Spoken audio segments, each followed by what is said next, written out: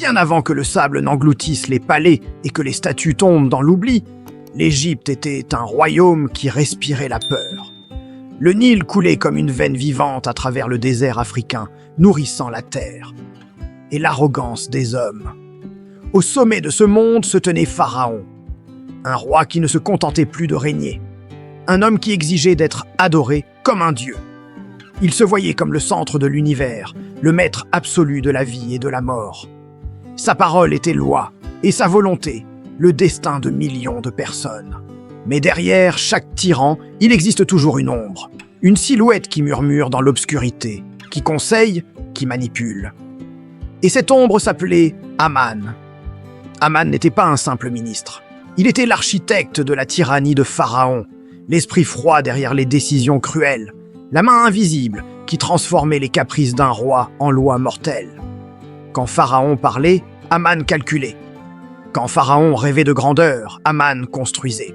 C'était lui le cerveau de l'oppression, celui qui savait comment maintenir un peuple à genoux, comment transformer la peur en un outil de pouvoir. Pharaon était le visage du pouvoir, mais Aman en était le moteur. Il comprenait les rouages de la cruauté humaine mieux que quiconque. Dans les carrières de pierre, sous un soleil de plomb qui semblait vouloir fendre le crâne, des milliers d'hommes, la peau brûlée, le dos courbé, taillaient les blocs gigantesques. Le bruit incessant des marteaux contre la roche se mêlait au claquement sec des fouets. Dans les fours, l'argile était cuite jour et nuit, une chaleur infernale qui ne laissait aucun répit.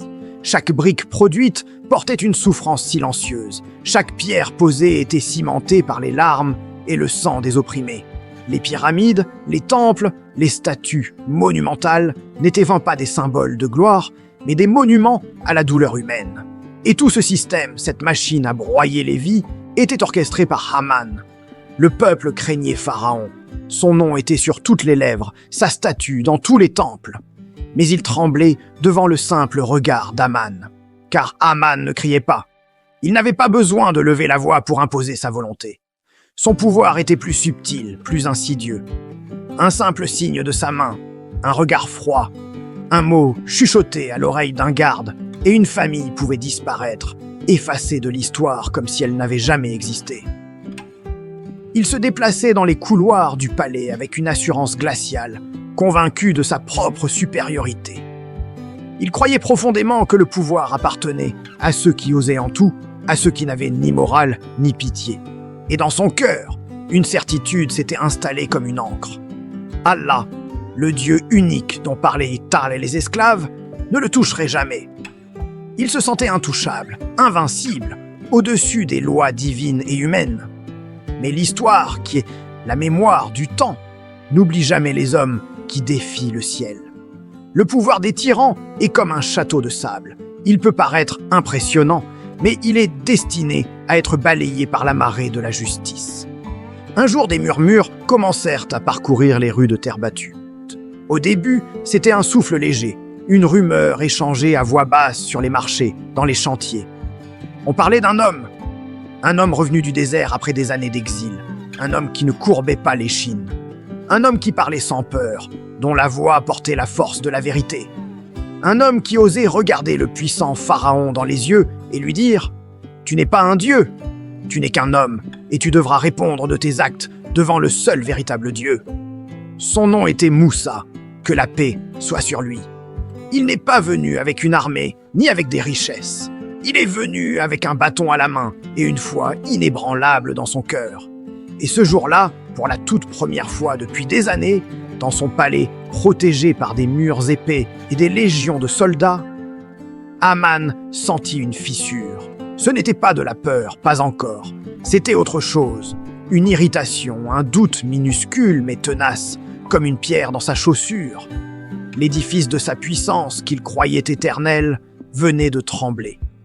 L'arrivée de Moussa n'était pas juste un défi politique. C'était un défi spirituel, une confrontation directe avec l'arrogance d'Aman et de son maître. Pharaon, en entendant Moussa, fut pris d'une fureur mêlée de mépris. Comment cet homme, un simple berger, osait-il le défier? Mais Aman, lui, était plus calculateur. Il voyait le danger. Ce n'était pas un rebelle ordinaire. La confiance de Moussa ne venait pas d'une force terrestre. Aman se tourna vers Pharaon et lui murmura à l'oreille, comme il l'avait fait tant de fois. « Ô Pharaon, cet homme est un magicien qui veut vous chasser de votre terre avec sa magie. Ne l'écoute pas. Humilions-le devant tout le peuple. » L'idée d'Aman était simple. Organiser un grand spectacle. Une confrontation publique entre Moussa et les plus grands magiciens du royaume. Si Moussa était ridiculisé, son message mourrait avec lui. Le jour du grand rassemblement arriva. Une foule immense s'était massée sur la place.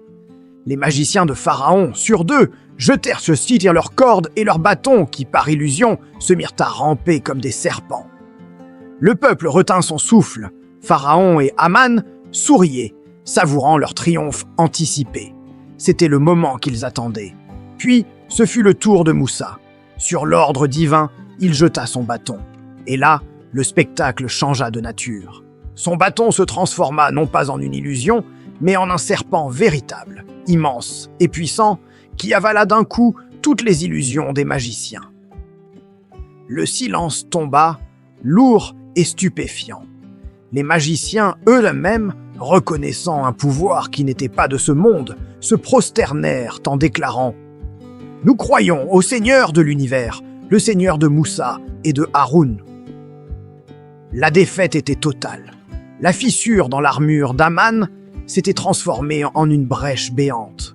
Sa stratégie s'était retournée contre lui. Au tourné, Pharaon était fou de rage, mais Aman sentait une panique froide l'envahir. Son monde, si bien contrôlé, commençait à lui échapper. Il se tourna de nouveau vers Pharaon, mais cette fois, son conseil était empreint de désespoir et d'orgueil démesuré. « Ô Pharaon, dit-il, ordonne que l'on me bâtisse une tour si haute que je puisse monter jusqu'au ciel et voir ce Dieu de Moussa, car je pense que Moussa n'est qu'un menteur. » Cette demande n'était pas celle d'un homme cherchant la vérité.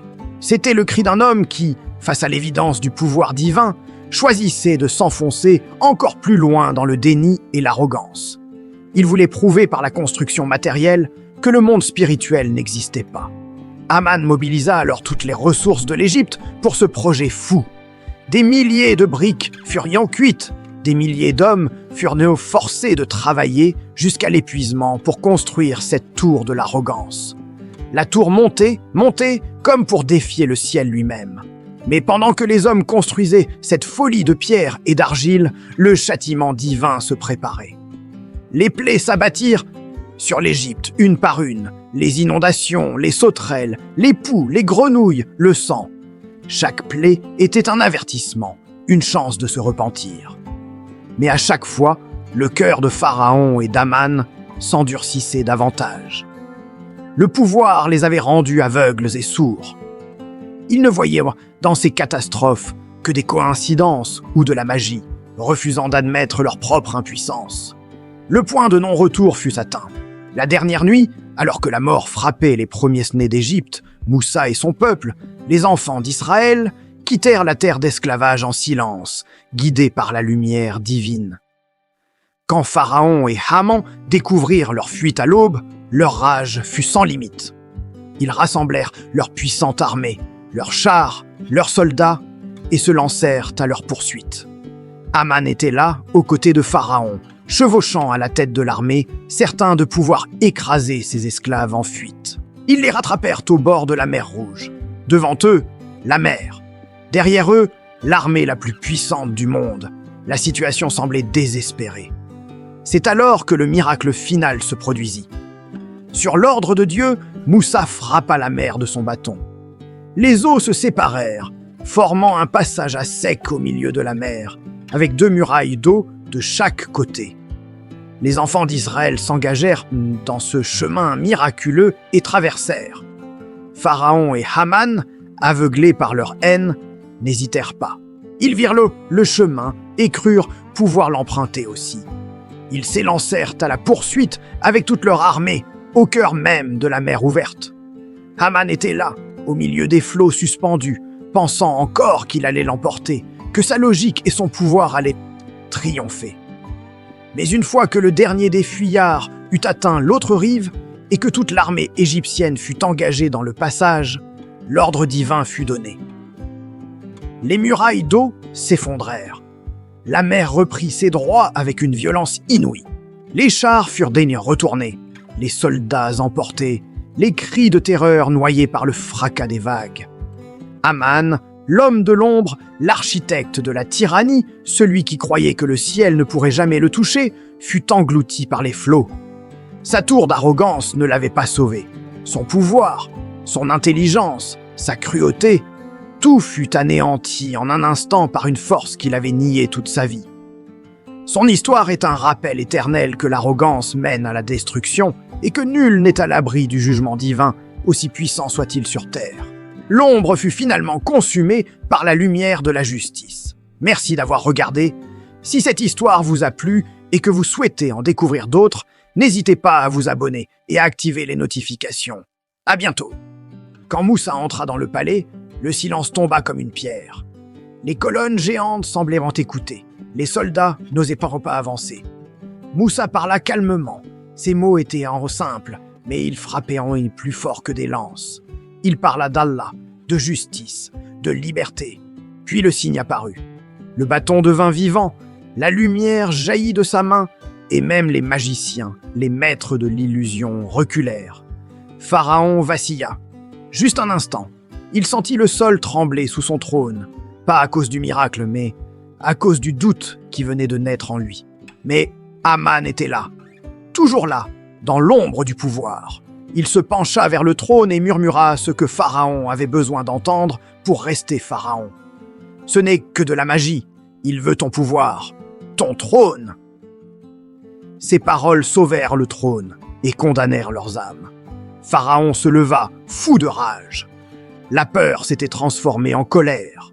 Son regard se posa sur Aman, son architecte, son conseiller, son instrument. « Construis-moi une tour, dit-il, la voix tremblante de fureur. Une tour si haute que je verrai le dieu de Moussa. Je lui prouverai qu'il n'existe pas. » Et Aman sourit intérieurement. Le projet était démesuré, insensé, mais c'était la plus grande commande de sa vie. Le défi ultime, l'apogée de sa carrière. Peu importait la raison, seule la construction comptait. Aussitôt, les fours furent allumés. Le ciel africain devint rouge de fumée, jour et nuit. Des milliers d'hommes, venus de toutes les provinces, façonnaient des briques d'argile sous une chaleur infernale. Leur chant de labeur se mêlait au claquement des fouets et au crépitement du feu. La tour monta, jour après jour, brique après brique. Un monstre de terre et de feu qui s'élevait vers le ciel. Pharaon regardait la construction depuis le balcon de son palais, chaque nouvelle strate de briques nourrissant son ego. Aman, lui, surveillait depuis le sol, les pieds dans la boue, les mains tachées d'argile, orchestrant ce ballet de souffrance avec une précision glaçante. Il croyait défier le ciel. Il pensait que cette structure de boue séchée pouvait atteindre le divin. Mais en réalité, ils creusaient leur propre chute. Car plus un homme s'élève par l'orgueil, plus sa chute est violente. Et cette tour n'était pas un escalier vers le ciel, mais les fondations de leur propre tombeau. Les signes se multiplièrent, comme Allah l'avait promis. L'eau du Nil, source de vie de l'Égypte, se changea en une couleur imbuvable. Les récoltes furent détruites par des invasions d'insectes. La peur s'installa dans les cœurs, même chez les plus puissants. Certains commencèrent à croire. Même les magiciens de la cour, ceux qui avaient d'abord défié Moussa, se prosternèrent, reconnaissant une puissance bien au-delà de leurs illusions. Mais pas Aman. Chaque nouveau fléau, chaque signe divin ne faisait que renforcer sa détermination. Il fallait construire plus vite, plus haut.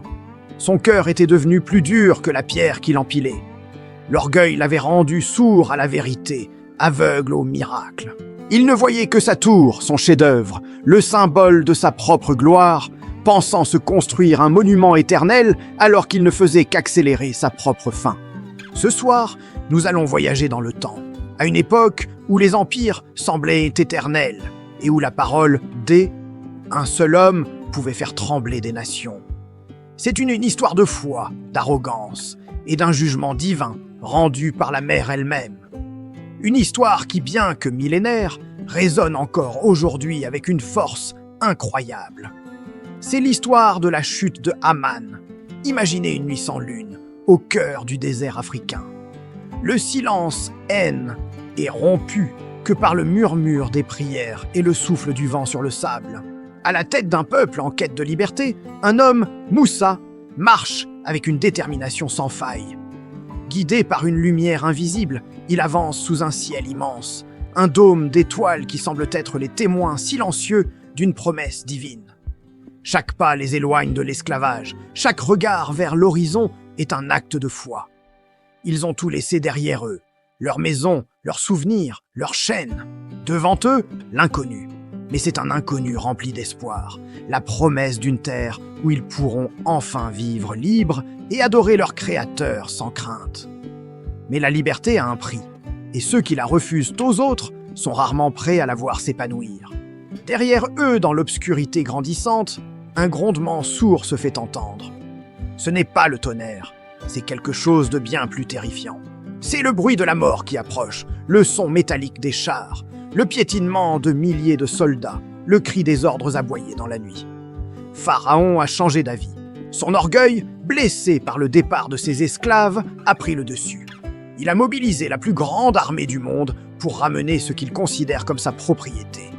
Et à ses côtés, son plus proche conseiller, l'architecte de son pouvoir et de sa tyrannie, Haman, l'homme qui murmure aux oreilles du roi. L'homme qui a bâti des monuments à la gloire de Pharaon et à sa propre gloire. Il est l'incarnation de l'arrogance.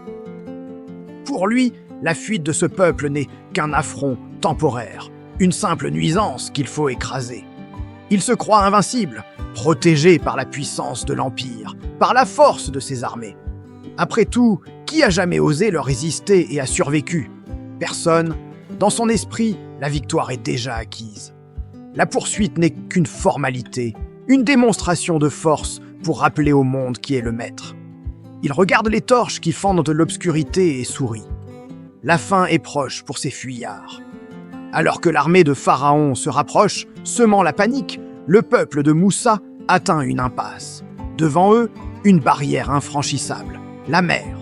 Un mur d'eau sombre et agité qui s'étend à perte de vue. Derrière eux, le son des chars se fait de plus en plus fort, la lueur des torches est désormais visible. Ils sont piégés. Le désert d'un côté, la mer de l'autre, et la mort qui galope vers eux. La panique s'installe, les murmures de désespoir se transforment en cris de terreur. « Tu nous as menés ici pour mourir !» crient certains à Moussa. La foi vacille face à la réalité brutale. L'espoir qui les a portés à travers le désert semble s'évanouir dans les vagues. Pour beaucoup, c'est la fin. Une fin tragique au bout d'un chemin trop court. Mais, au milieu du chaos, un homme reste calme. Moussa. Son regard n'est pas fixé sur l'armée qui approche, ni sur la mer déchaînée, mais bien plus haut. Sa confiance n'est pas en sa propre force, mais en la promesse de celui qui l'a envoyé. Il lève son bâton, un simple morceau de bois qui est devenu le symbole de la puissance divine. Et dans un geste qui défie toute logique humaine, il frappe les eaux. Et là, l'impossible se produit. La mer, cette force de la nature indomptable, obéit. Dans un grondement sourd, les eaux commencent à se retirer, à s'élever de chaque côté. La mer s'ouvre. Ce n'est pas une simple marée, c'est un miracle d'une ampleur cosmique. Un chemin sec apparaît au milieu de l'océan. Un passage sûr, bordé par deux gigantesques murs d'eau. Des montagnes liquides suspendues dans les airs, comme par magie. C'est une vision à couper le souffle, une image gravée à jamais dans l'éternité. Un miracle africain, un signe pour tous ceux qui doutaient. Moussa se retourne vers son peuple, dont les visages passent de la terreur à l'émerveillement le plus total. Il leur montre le chemin, et un par un, ils s'engagent dans ce couloir miraculeux, marchant sur un sol que nul homme n'avait jamais foulé. Ils traversent. Arrivés sur les lieux, Pharaon et Haman assistent à la scène, incrédules. Ils voient dans la mer fendue en deux. Ils voient le peuple qu'ils pourchassaient marcher en sécurité au fond de l'océan. Ils voient un miracle divin se dérouler sous leurs yeux. N'importe quel esprit raisonnable aurait compris le message. C'était un signe clair que ce peuple était protégé par une puissance bien supérieure à la leur. C'était le moment de faire demi-tour, de reconnaître sa défaite, de s'humilier devant l'évidence. Mais l'arrogance est un voile qui aveugle. Pharaon vit, Haman vit, mais ils n'apprirent rien. Leur orgueil était si grand qu'il leur fit interpréter le miracle non comme un avertissement, mais comme une opportunité. « Voici la mer s'est ouverte pour eux, elle s'ouvrira aussi pour nous », pensèrent-ils. Sans la moindre hésitation, Pharaon ordonne à son armée d'avancer. Les chars s'engagent sur le chemin sec, les sabots des chevaux résonnent sur le fond marin. Les soldats se ruent à la poursuite de leur proie, convaincus de leur supériorité. Haman est en tête, sûr de lui, savourant déjà sa victoire. Ils sont au cœur du passage, entourés par les murs d'eau. Ils avancent toujours plus profondément. Puis, quand le dernier des fuyards atteint l'autre rive en sécurité, la commande divine est donnée. Les eaux, qui étaient suspendues contre leur nature, sont libérées. Dans un rugissement assourdissant, plus terrible que celui de 1000 lions, les deux montagnes liquides s'effondrent, l'une sur l'autre. Le passage se referme avec une violence inouïe. En un instant, l'empire le plus puissant du monde est englouti. Les chars, les soldats, les chevaux, les trônes d'or et de vanité, tout disparaît sous les flots. Et avec eux, l'orgueil démesuré d'un roi et de son conseiller. Haman, l'homme qui se croyait invincible, l'architecte des tours et des palais, disparaît dans les profondeurs. Sans monument pour marquer sa chute, sans tombe pour honorer sa mémoire, sans la moindre gloire. Juste le silence de l'océan et le jugement de l'histoire. La mer, qui avait été un chemin de salut pour les humbles, devint un tombeau pour les arrogants. Les siècles ont passé depuis cette nuit-là. D'autres empires sont nés et ont disparu. Des statues ont été érigées, puis sont tombées en poussière. Les noms des rois et des conquérants, gravés dans la pierre, se sont effacés avec le temps. Le monde a une mémoire courte, mais dans son infinie sagesse, Allah a choisi de préserver un nom dans son livre éternel. Pas pour l'honorer, mais pour nous avertir, le nom de Haman. Pourquoi lui? Parce qu'il représente quelque chose de fondamental. Il est le rappel éternel que le pouvoir, sans humilité, sans justice et sans reconnaissance de la vérité, mène inévitablement à la ruine. Il est la preuve que défier Dieu n'efface pas sa puissance, et que même si les hommes oublient les tyrans et leurs crimes, même si le monde passe à autre chose, Allah, lui, n'oublie jamais. Cette heure d'histoire nous enseigne une leçon intemporelle. L'orgueil est une illusion. Il peut élever un homme très haut aux yeux du monde, lui donner pouvoir, richesse et admiration. Mais c'est une ascension fragile, construite sur du sable. Car au final, ce qui nous élève réellement, ce qui donne une valeur éternelle à notre existence, ce n'est pas la hauteur de nos tours ou la force de nos armées. C'est l'humilité de notre cœur. L'orgueil élève un homme aux yeux du monde, mais seule l'humilité l'élève auprès d'Allah. Et c'est là la seule élévation qui compte vraiment. Merci d'avoir écouté jusqu'au bout. Si cette histoire vous a touché, n'hésitez pas à la partager, à laisser un commentaire et à vous abonner pour ne pas manquer nos prochaines explorations des grandes leçons de l'histoire. Prenez soin de vous et à très bientôt.